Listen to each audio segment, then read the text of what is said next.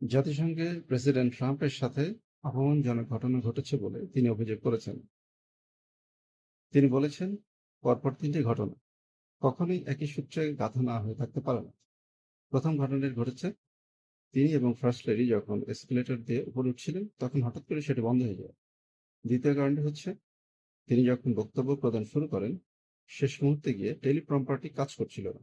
এবং তৃতীয় যে বিষয়টি, সেটি অডিওটা হঠাৎ করে বন্ধ হয়ে যায়। অডিওতে কোনো কথা শোনা যাচ্ছিল না, যার ফলে বিশ্ব নেতা অনেকেই প্রথম দিকে তার বক্তব্য শুনতে পারেননি বলে তিনি অভিযোগ করেছেন।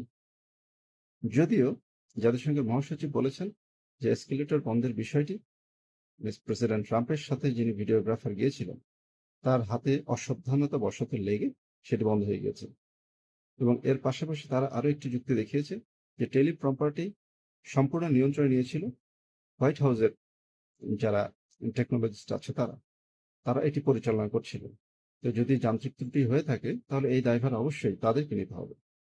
এবং তৃতীয় যে বক্তব্যটি তিনি বলছেন যে অডিওটি বন্ধ হয়ে গিয়েছিল, এটি জাতিসংঘ থেকে বলা হচ্ছে যে দোভাষী হিসেবে ৬টা ভাষায় এটি ট্রান্সলেট হতে থাকে। সুতরাং না, কেউ যদি বলে থাকে যে এটি শোনা যাচ্ছে না বা শুনতে পায়নি, এটি ভুল। সবাই প্রথম থেকে বক্তব্যগুলো শুনেছেন মিস্টার প্রেসিডেন্টের। ধন্যবাদ।